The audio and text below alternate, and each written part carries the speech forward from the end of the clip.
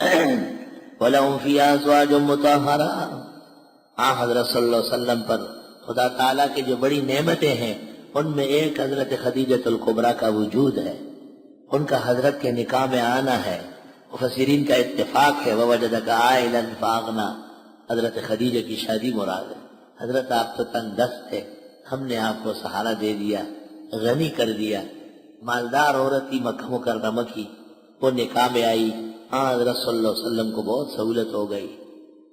اور آپ اس کو بہت یاد کرتے تھے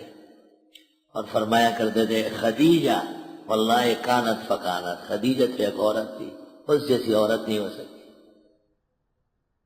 ایک دن حضرت عائشہ نے کہا کہ حضرت وہ تو 2 دفعہ بیوہ ہو گئی تھی اور اتنی بوڑھی تھی، ایسی تھی ایسی تھی، تو بس حضرت نے کہا مہ یا عائشہ، چھوڑو عائشہ، لا تذکریھا الا بالخیر، آپ خدیجہ کی تعریف کر سکتی ہے بس۔ اور پھر آپ نے کہا ولی منہا اولاد، اللہ تعالیٰ نے 4 بیٹیاں اور 4 بیٹے اس سے عطا فرمائے۔ حضرت عائشہ فرماتی ہے پہلے مجھے غصہ آتا تھا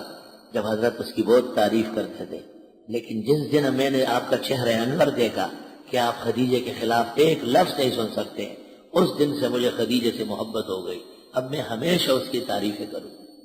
کیونکہ حضرت صلی اللہ علیہ وسلم بہت خوش ہوتے تھے۔ محدثین کہتے ہیں مطلب یہ تھا کہ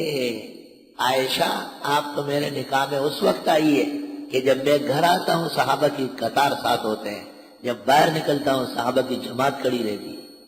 اور خدیجہ اس وقت تھی کہ جب میں باہر نکلتا تھا تو وہ دعائیں مانگتی تھی کہ خیر سے گھر آئے، اور جب میں واپس گھر آ جاتا تھا تو وہ گھنٹوں اپنے دوپٹے سے میرے جوتے اور میرا چہرہ اور میرا بدن سے خون صاف کرتی تھی۔ مشرکین کا زور تھا، زیادتی بہت کرتے تھے، ہر طرف سے حضرت کو پتھر مارتے تھے، آپ جہاں تقریر کرنے کھڑے ہو جاتے تبلیغ کرنے، وہاں مشرکین کے پتھر پہنچ جاتے تھے۔ جب آپ واپس گھر تشریف لے جاتے کئی غنٹوں تک ام المومنین خدیجۃ الکبریٰ آپ کے کپڑوں سے اور آپ کے جوتوں سے خون صاف کرتی تھی۔ تو تکلیف،